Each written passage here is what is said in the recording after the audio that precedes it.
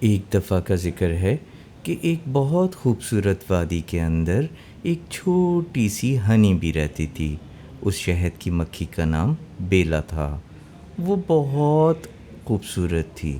اس کے پروں پر سنہری لائنیں تھیں اور اس کے جسم کے اوپر بھی سنہری دھاریاں تھیں۔ وہ کوئی عام مکھی نہیں تھی۔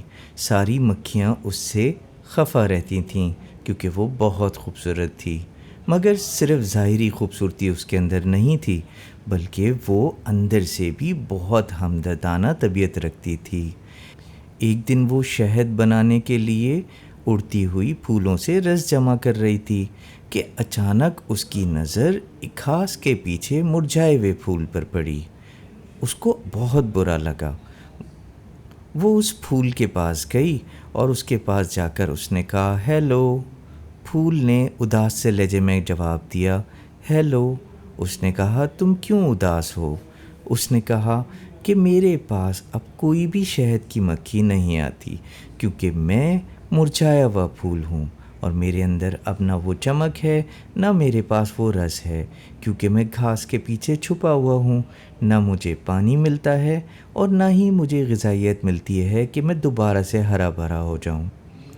بیلا کو یہ سن کر بہت دکھ ہوا۔ اس نے کہا، تم فکر نہ کرو، میں تمہارے لیے کچھ کرتی ہوں۔ اس نے قریب کے پھولوں سے شبنم کا پانی جمع کیا اور جمع کر اس پھول پر ڈالنا شروع کر دیا۔ ساتھ ہی ساتھ اس نے کچھ پھولوں سے رس جمع کیا اور وہ بھی لا کر اس پھول کے اوپر ڈال دیا۔ اسی طرح دن گزرتے رہے اور وہ پھول پھلنے پھولنے لگا۔ وہ بڑا ہو گیا، اس کی پتیاں جو مرجھائی ہوئی تھیں وہ دوبارہ سے ہری بھری ہو گئیں اور وہ بہت بڑا اور خوبصورت پھول بن گیا۔ جب دوسری شہد کی مکھیوں نے دیکھا کہ یہ پھول تو اتنا خوبصورت ہے تو وہ اس کے پاس آنے لگیں۔ اس میں بہت سارا رس ہوتا تھا کیونکہ اب اس کو سورج کی روشنی بھی ملتی تھی اور اس روشنی کی وجہ سے وہ اپنی غذا بھی بنا پاتا تھا۔ شہد کی مکھی اکثر اس کے پاس آتی اور اس سے باتیں کرتی۔ پھول اس کا بہت شکر گزار تھا۔ اس مکھی کا دل بہت نرم تھا۔